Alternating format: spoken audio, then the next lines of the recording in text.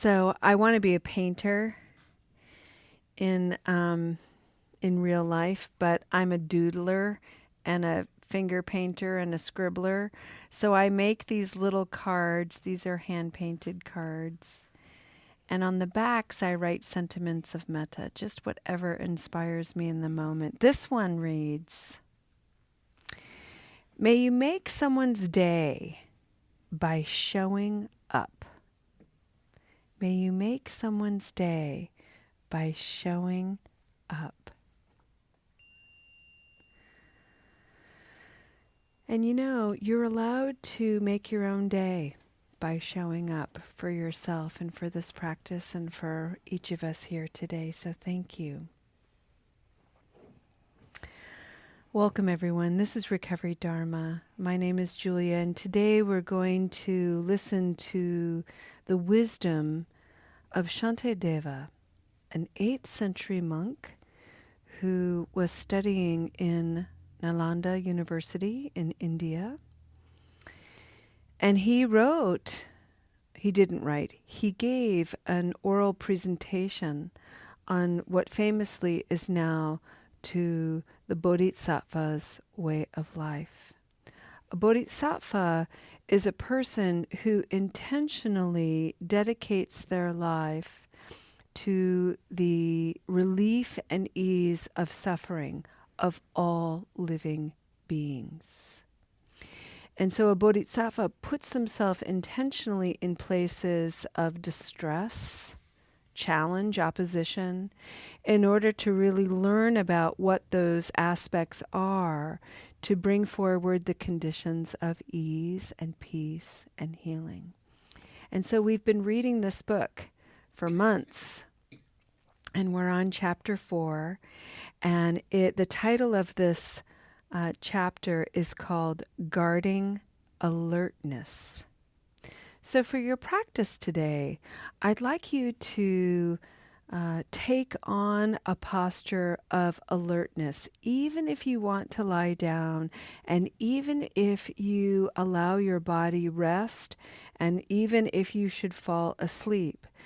Do so in a way that the body, as you're settling down, you are fully aware of your body. So let's take a moment to settle into that awareness. My body right now is in a noble posture.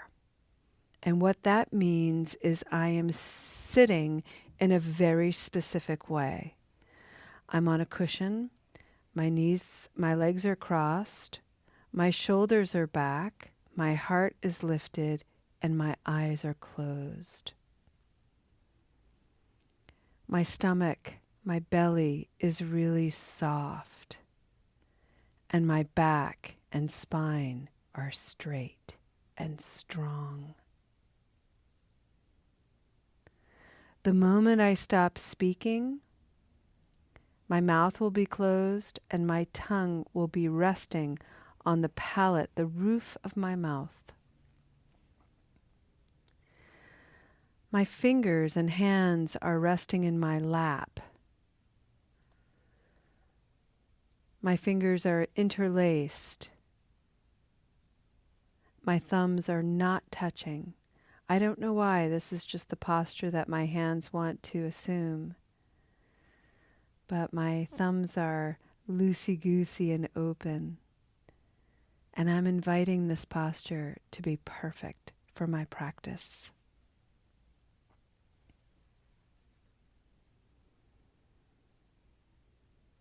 Take a moment and watch your breath, breathing in through the nostrils, breathing out either through the nostrils or through the mouth. You decide, and invite it to be perfect for your practice.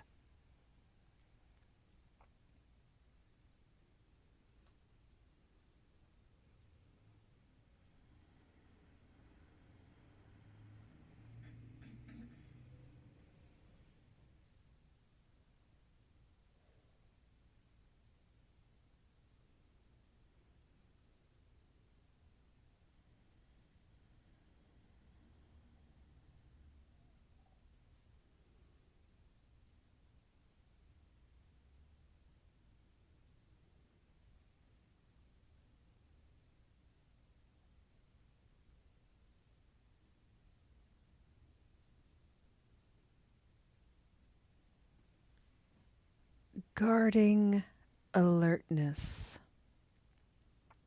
That's where we're going to begin today. And I'd like you to, for a moment, I invite you really to play with the word guard. What does that stir up in you? Does it stir aversion?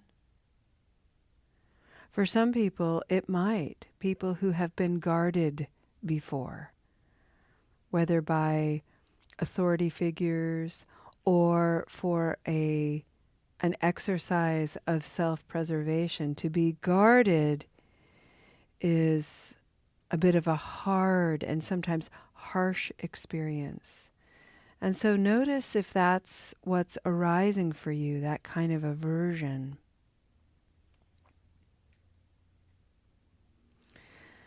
Another idea of guarding is to safeguard. Maybe to create a bubble around your space.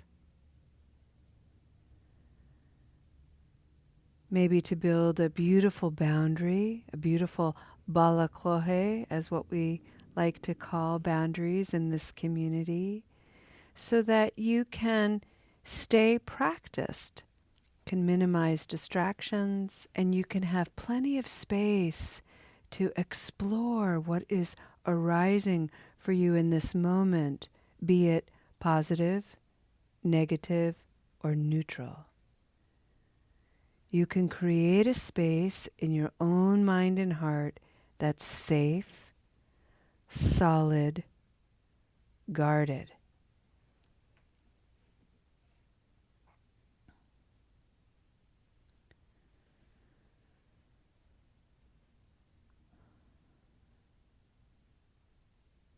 Alertness. To be alert. What arises for you? Maybe that stirs up feelings of being on guard, watching, eyes in the back of your head. Invite that to be perfect. That's your experience. That's what's arising for you. Let that be okay. On the other hand, maybe alertness is a kind of energy, a brightness that's like, ooh, I'm awake, I'm here, I'm practicing, this feels good. Maybe alertness is kind of pulling on the sleeve of that part of you that's feeling a little fatigue. Maybe you've had some lunch. Maybe you're having a little carbohydrate drain. And maybe your alertness is like, psst, hey, wake up. Take a moment and have a look-see around your own inner experience. What do you see coming alive as you think about the word alert? And simply breathe. The simplicity of breathing in and out all of this awareness is extraordinarily profound.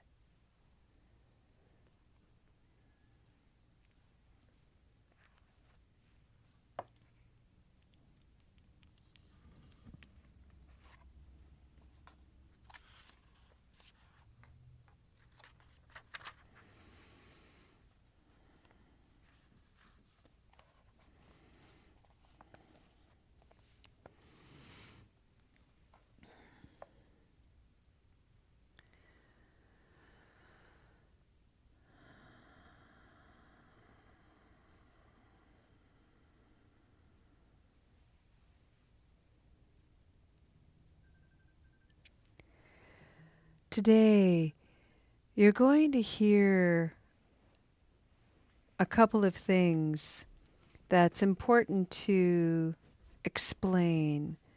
You're going to hear the word hell, which can be an activating word.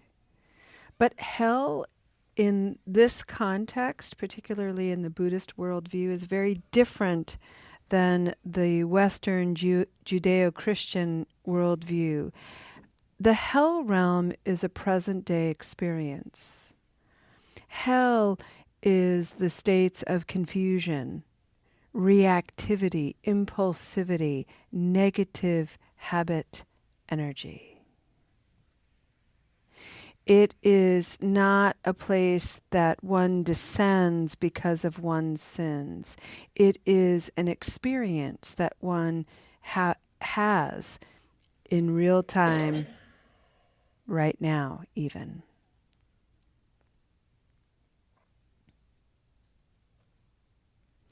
These are the words of Shantideva, and I'm just going to read 4 verses.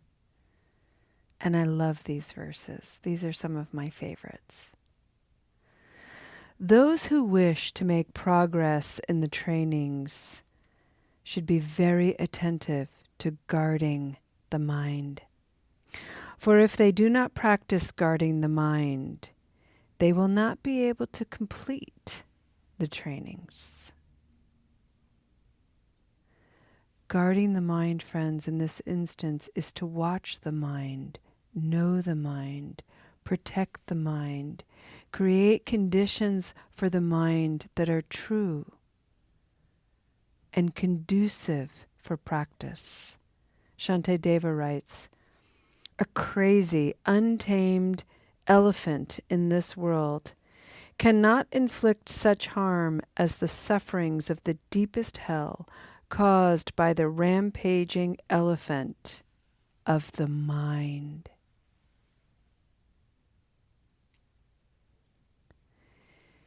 Take that in for a moment and notice the comparison that Shantideva is inviting us to entertain, the imagery.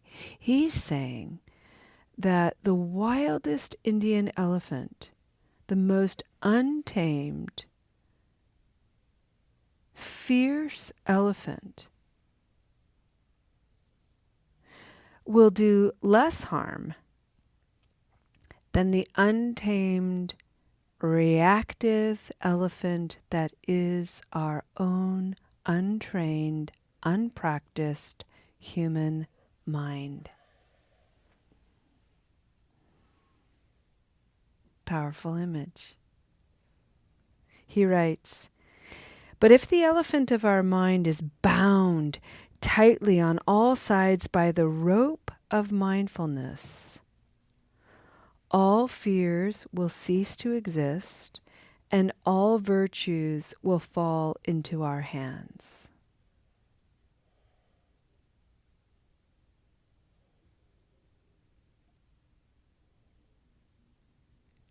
For me, the image of tying a rope on 4 corners, 4 edges of an elephant is harsh.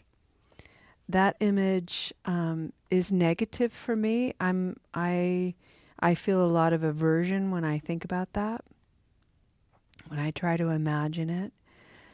So for my mind, and how do I try to create an environment that is like, hey, hey, hey, elephant mind.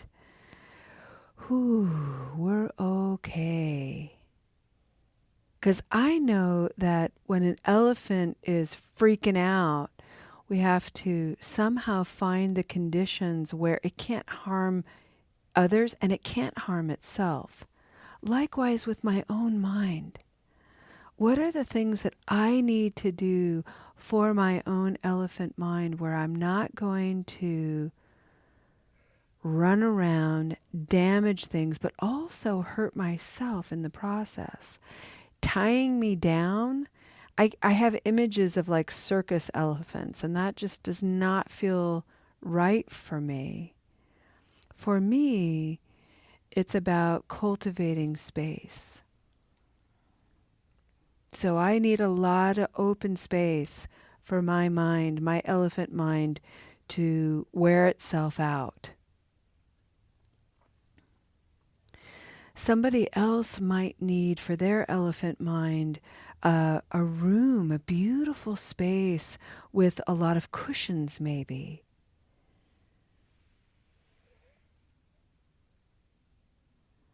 Take a moment. what are the conditions for your wild, rampaging elephant mind to bring a little bit of calm, a little bit of ease?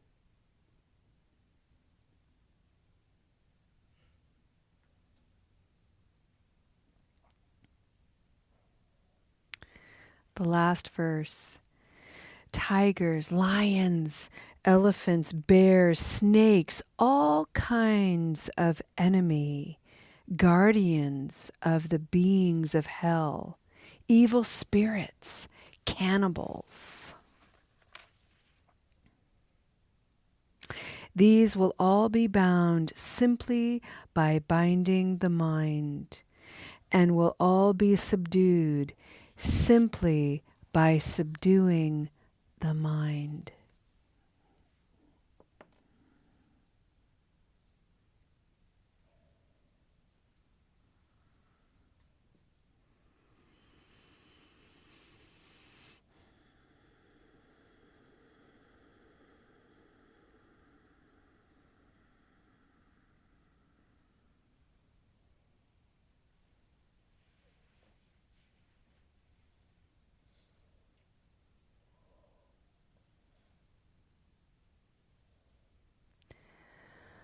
When I was training my golden retriever, Ace, I had to put a collar on him that had, they weren't sharp, but they were edged shapes on this collar. And it was pressure on his neck anytime that I pulled on the leash and gave him a command, a direction. It didn't hurt him, it didn't poke him, but it put a pressure all around his neck that he was really averse to. He did not like it. And so it was incredibly effective in training him. Whereas a regular flat collar, when I would pull on that, it just gave him a choking sensation. There was something about his experience, this dog's experience, that he didn't have the same level of aversion, and therefore it wasn't as effective as a training tool. And so even with aversion, even with my own aversion, for instance, with the ideas of ropes anchoring me, stopping me, even though I'm averse to that, the invitation is, look at that. Would you look at that? Why am I averse? What's the resistance? What am I pushing on? What don't I like and why? And after I've done a little bit of that exploration, can I just relax? Can I surrender a little bit? Surrender a little bit of the resistance? Can I trust that these ropes are not here to harm me? They're not here to bind me forever. They're not here to trap me. These are here to train me, to keep me from reacting wildly, from reacting in habitual ways that cause harm to me and others. Can I create a little space to explore that? And if the answer is no, I don't like that at all, then invite that to be perfect. That's where you are. That's your experience. Keep looking. Keep wondering. Keep going. So let's take a few moments of silence to invite a wild elephant. And maybe you're averse to elephants. That's fine. How about you can invite a mosquito? His Holiness the Dalai Lama said that if you ever doubt the strength and persistence and tenacity of a small being, try spending the night in a tent with a mosquito.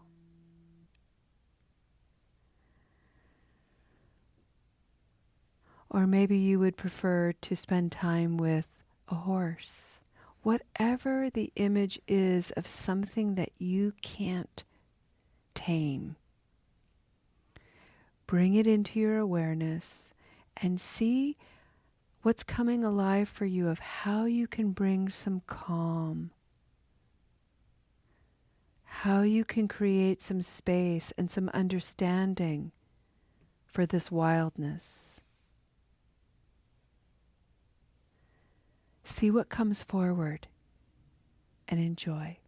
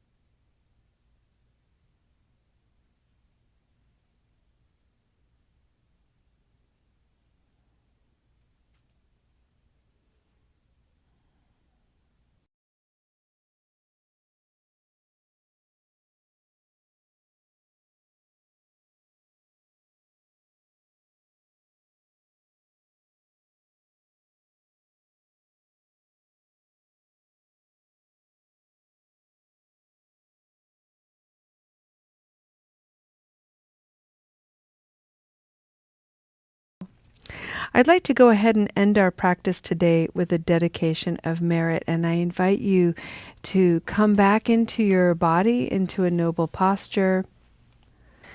I'd like to dedicate this practice and the merit, the goodness of this practice to everyone who is in the hospital, to everyone who's in the emergency rooms around the world, people seeking physical, medicinal care and maybe can't receive it. I'd like to dedicate this practice to anyone who is bound by whatever binds them. I'd like to dedicate this practice to all the people who are in jail and prison, who are constantly confronting the rigors of being guarded, both externally and internally. I'd like to dedicate this practice to anyone who is struggling to find freedom from habit energy. And I'd like to dedicate this practice to all those who are unhoused or insecure in housing, finances, and food. May this goodness, may this merit ripple out into the world. May your presence, having been nurtured by this practice, be one of brightness and safety, joy, and love. Thank you for your beautiful practice. Thank you for the amazing impression you leave in this space. It is a source and a wellspring of deep inspiration. Have a wonderful day, friends. We'll see you next time. Namaste. Thank you.